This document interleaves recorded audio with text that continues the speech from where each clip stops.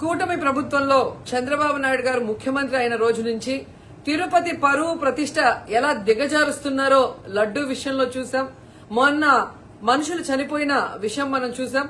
ఈ రోజు deputy mayor ఎన్నికల్లో ఏ విధంగా మేయర్ మీద గాని అలాగే వచ్చిన కార్పొరేటర్ల మీద అలాగే దళిత ఎంపీ మీద దాడులు చేయటం మనం కళ్ళారా చూస్తున్నాం. ఒకవైపు వైఎస్ఆర్సీపీ నాయకులు మాకు అవసరం లేదంటూనే చంద్రబాబు నాయుడు లోకేష్, మరోవైపు తమ నాయకులతో ఏ విధంగా కార్పొరేట్ల మీద బస్సు మీద అలాగే మేయర్ మీద ఎంపీ గారి మీద దాడి చేశారు, రాళ్లతో కొట్టారు, బూతులు తిట్టారు, కొంతమందిని కిడ్నాప్ చేసి తీసుకెళ్లటం మనం కళ్ళారా చూస్తున్నాం. ఇవన్నీ కూడా పోలీసులు చూస్తుండగానే వాళ్ళ ప్రేక్షక పాత్ర వహించినప్పుడే జరగటం అనేది ఈ రాష్ట్రంలో లా అండ్ ఆర్డర్ ఎంత ఘోరంగా ఫెయిల్యూర్ అయిందో మనకు అర్థమవుతుంది.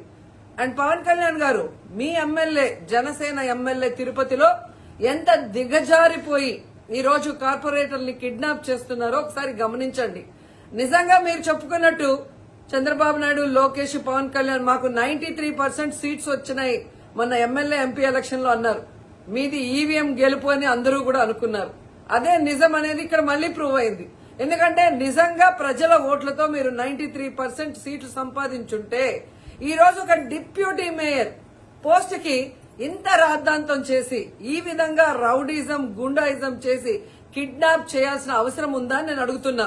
మీకు దమ్ము ధైర్యం ఉంటే, ప్రజలు మీ పక్షాన ఉన్నారు, మీ ప్రభుత్వం సక్రమంగా పనిచేస్తుంది, ఇచ్చిన హామీలు నెరవేరుస్తుంది అని మీరు నమ్ముంటే ఈ కార్పొరేటర్లతో రాజీనామా చేయించి మీ గుర్తు మీద గెలిపించుకొని మీరు ఎన్నికలు జరిపించుంటే ప్రతి ఒక్కరు మిమ్మల్ని శభాష్ ఉంటారు. కానీ ఇక్కడ జరిగే ఒక డిప్యూటీ మేయర్ ఎన్నికలకే ఈ విధంగా ఒక మహిళని చూడకుండా మేయర్ ని ఏ విధంగా హ్యూమిలేట్ చేస్తున్నారు, ఆమె మీద దాడి చేస్తున్నారు, అలాగే ఒక దళిత ఎంపీ గురుమూర్తి గారి మీద ఎలా బూతులతో తిట్టి దాడి చేస్తున్నారో టీవీలో అందరూ గమనిస్తున్నారు. సో మీరు ఫెయిల్యూర్ అయ్యారు.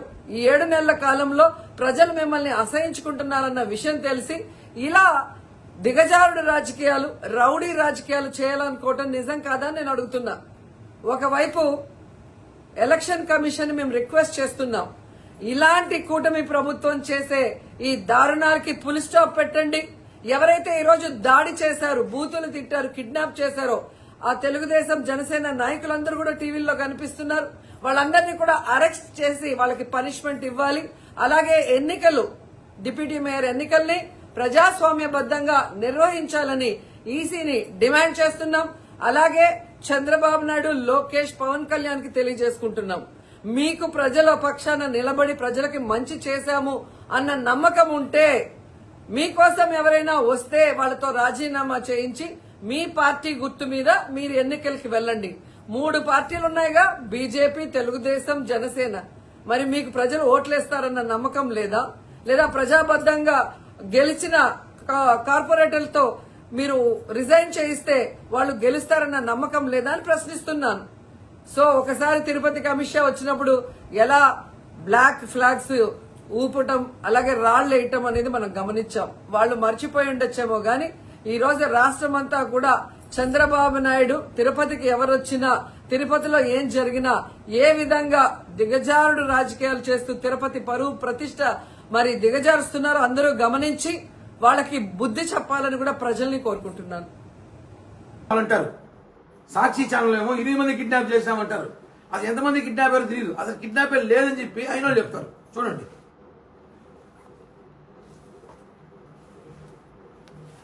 నలుగురు కిడ్నాప్ అయినామన్నారు.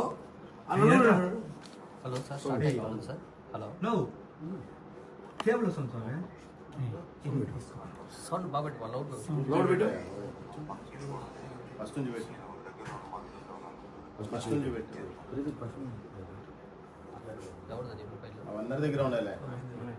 ఈయన ఒక వార్డు కార్పొరేటరు, ఈయన పేరు కూడా మాకు తెలియదు. ఈయన ఒక వార్డు కార్పొరేటరు. ఈయన భయపడిపోయి ఆయనే మా కూటమికి రావాలని చెప్పి అక్కడ జరుగుతున్న గొడవలు భయపడి ఆయనే సేఫ్ జోన్ లో చెప్పి ఆయనే మారుతున్నాడు. మమ్మల్ని కిడ్నాప్ చేసి ఆయన ఉన్నాడు. ఇంకో కార్పొరేటర్ ఉన్నాడు. ఇక్కడ 4 కార్పొరేటర్ ఉన్నారు. మాకు ఇంకోటి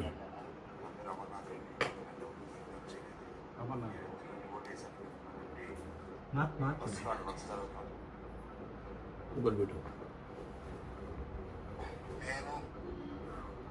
జరిగినటువంటి సంఘటన వల్ల బయట వచ్చేస్తున్నాను. నేను సేఫ్గా ఉన్నాను. మేము కిడ్నాప్ చేసినాం, భయాందోళనకు గురవుతున్నారు, వాళ్ళ కుటుంబ సభ్యులు మా ఇంటికాడు చేడుస్తున్నారు, పిల్లల్ని ఎత్తుకొని వచ్చా అని చెప్పి కరుణాకరెడ్డి గారు మాట్లాడతారు. కార్పొరేటర్లు చెప్తున్నారు కదా, 4 కార్పొరేటర్లు వాళ్ళే ఆడ సేఫ్గా కూర్చోవాలంట, ఆడ పార్క్లో ఉన్నాడు వాళ్ళు.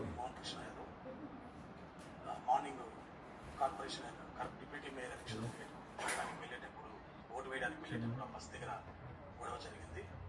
ఆ గొడవ జరగడం వల్ల సేఫ్గా పక్కనున్న మాకు తెలిసిన వాళ్ళ ఇంటికి వెళ్ళడం జరిగింది. నేనైతే ఎక్కడ కిడ్నాప్ అలాంటిది ఏం అవ్వలేదు. నేను సేఫ్గా ఇంటికి తిరిగి వస్తాను. ఇంకో కార్పొరేటర్ 4 కార్పొరేటర్లు సేఫ్ గా బ్రహ్మాండంగా మధ్యాహ్నం ఏడో తినేసి ఏడో రూముల్లో ఉన్నారంట వాళ్ళు వాళ్ళ ఇళ్ళలో. Ganesh royal 45 corporator. తెల్లవారుజామున కొన్ని హాస్పిటల్ బస్సులో గందరగోళం జరిగిన దానివల్ల నేను సేఫ్ ప్లేస్కి రావడం జరిగింది. అంతేగాని ఎవరు నన్ను కిడ్నాప్ ఏం చేయలేదు. సేఫ్ ప్లేస్ లో వాళ్ళుంటే సంబంధం లేని వ్యక్తులు మాజీ చైర్మన్ గారు ఆందోళన ఉన్నారు, 4 కావాలని చెప్పి కోర్టులో పిటిషన్ వేశారు. ఇందాక 4 కిడ్నాప్ అనేసి అసలు బాధితులు చెప్తున్నారు. తిరుపతిలో అసలు ఏం చేయాలనుకుంటారు? కిడ్నాప్లు, ఈ రౌడీజం గొడవలు మాకు కొత్త కాదు, మీకు కొత్త కాదేమో. మేము కూడా చేయాలనుకుంటే మీకన్నా నిజంగా చేయగలుగుతాం.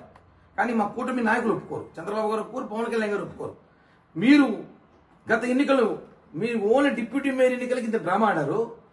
మున్సిపల్ ఎన్నికలు, తిరుపతి ఎంపీ ఎన్నికలు, కార్పొరేషన్ ఎన్నికలు, టౌన్ బ్యాంక్ ఎన్నికలు కూడా మీరు ఎంత గందరగోళం చేశారు. 2 వీడియోలు చూపిస్తాను మీకు. అంటే వీళ్ళు చేసిన అరాచకాల కన్నా నా తిరుపతిలో ఎన్నిసార్లు ఎన్ని కేసులు, ఎంతమంది కొట్టి, ఇళ్లలో దూరి కొట్టి, ఆస్తులు కొట్టి, బెదిరించి, భయపెట్టి, నయానో భయానో మా జనసేన పార్టీ వాళ్ళు 22 వార్డులలో జనసేన పార్టీ పోటీ చేస్తే ఆ 22 వార్డులలో కూడా ఇబ్బంది పెట్టారు. ఇలా అరాచకాలు మీరు చేసి, అన్యాయాలు మీరు చేసి, తిరుపతి ప్రజలందరికీ తెలుసు మీరు ఎన్ని చేశారు. గొడవలు కానీ అన్నీ కూడా చూస్తున్నారు. ఒకటే చెప్తున్నాం, గెలిచేది మేమే. ప్రజలు మా వైపు ఉన్నారు, కార్పొరేటర్లు మా వైపు ఉన్నారు. 27 మంది కార్పొరేటర్లు మా వైపు ఉన్నారు. రేపు ఉదయానికి ఇంకొక 5 మంది కార్పొరేటర్లు కూడా మాతో వస్తున్నారు అని చెప్పి మాకు సమాచారం ఉంది. ఎందుకంటే మేము కరుణాకరెడ్డి, అభినయ్ రెడ్డి దగ్గర మేము గులాంగిరి పనులు మేము చేయలేము. వాళ్ళ దగ్గర వాళ్ళ ఇంటికాడ మేము కాపలాలా కూర్చోలేము. మేము స్వచ్ఛందంగా బతకాలనుకుంటున్నాం. మాకు స్వేచ్ఛ వచ్చింది కూటమి వచ్చాక. రేపటి రోజు మేము చేతులెత్తే సమయానికి మేము కూడా చేతులు కూటమికి ఎత్తుతామని చెప్పి కూడా సమాచారం ఉంది.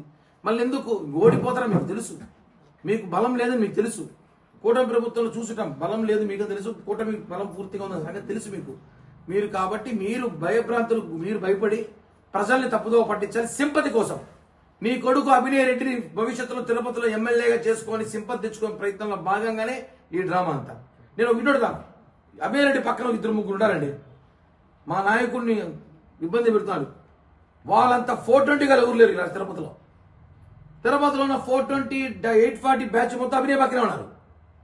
వాళ్ళు వచ్చి మా నాయకుడు మంచోడు, మా నాయకుడిని ఇబ్బంది పెట్టినారు అంటారు. మీ అందరి మీద ఎన్ని కేసులు ఉన్నాయి, ఎన్ని దౌర్జన్యాలు ఉన్నాయి, మొన్నటి దాకా మాకు తెలీదా? తిరుపతి ప్రజలు తెలుసు అన్ని. తిరుపతిలో వాతావరణం గందరగోళం సృష్టించి చంద్రబాబు గారి మీద, పవన్ కళ్యాణ్ గారి మీద, అనగాని సత్యప్రసాద్ మినిస్టర్ మీద ఆరోపణలు చేయాలనే ప్రయత్నమే ఇది కరెక్ట్ కాదు. అన్నగారి సత్యప్రసాద్ కూడా ఒకటే చెప్పారు నిన్న మాట్లాడుతూ కూడా, మనకి స్వచ్ఛందంగా ఎవరైనా వచ్చి మనకి మద్దతు పలికితే మనం తీసుకుందాం, ఎవరిని ఇబ్బంది పెట్టకూడదు.